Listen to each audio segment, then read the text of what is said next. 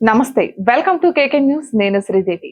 చంద్రబాబు గారు సారీ, లోకేష్ గారు సారీ, పవన్ కళ్యాణ్ గారు సారీ, వంగల్పూడి అనిత గారు సారీ, ఇలా క్షమాపణలు కోరింది ఎవరో తెలుసు కదా.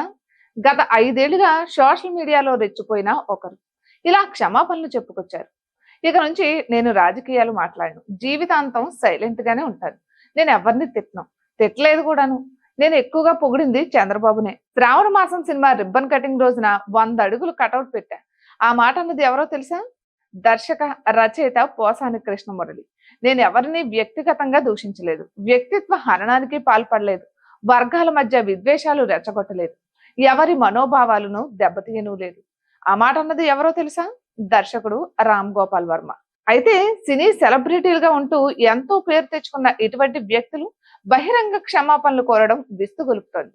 అయితే ఇదంతా వారి స్వయం కృతాపరాధమే. నచ్చిన పార్టీకి మద్దతు తెలపవచ్చు, నచ్చిన నేతకు మద్దతుగా ప్రచారము చేయవచ్చు, అది హుద్దాతనం కూడాను.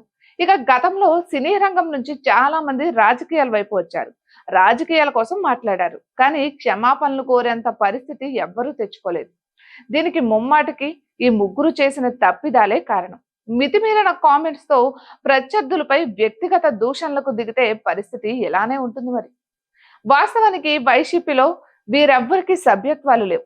వైసీపీ ఆవిర్భావం నుంచి సినీ రంగం నుంచి 30 years ఇండస్ట్రీ పృథ్వీ, భానుచందర్, విజయ్ చందర్, కృష్ణుడు వంటి వారి మద్దతు తెలిపారు. ఇక జగన్ కు బాహాటంగానే మద్దతు ప్రకటించారు, కానీ వీరెవ్వరూ వివాదాస్పద వ్యాఖ్యలు చేయలేదు, అటువంటి పరిస్థితి కూడా తెచ్చుకోలేదు. 2019 ఎన్నికల్లో జగన్ కోసం ప్రచారం చేశారు మోహన్ బాబు. మంగళగిరిలో లోకేష్ కు వ్యతిరేకంగా కూడా ప్రచారం చేసిన సందర్భాలు కూడా ఉన్నాయి. ఆలీ కూడా ఇదే పరంపరను కొనసాగించారు, కానీ వారు రాజకీయ విమర్శల వరకే పరిమితమయ్యారు, ఎక్కడ సోషల్ మీడియాలో రచ్చ చేయలేదు.